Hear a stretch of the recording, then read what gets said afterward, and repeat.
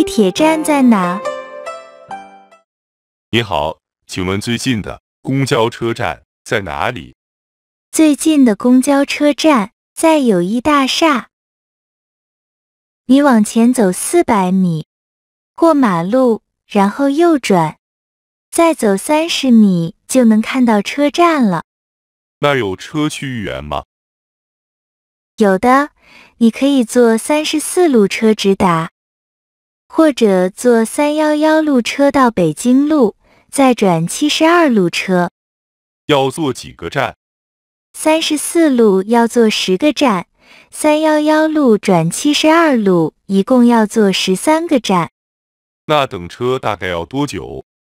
我用手机给你查查。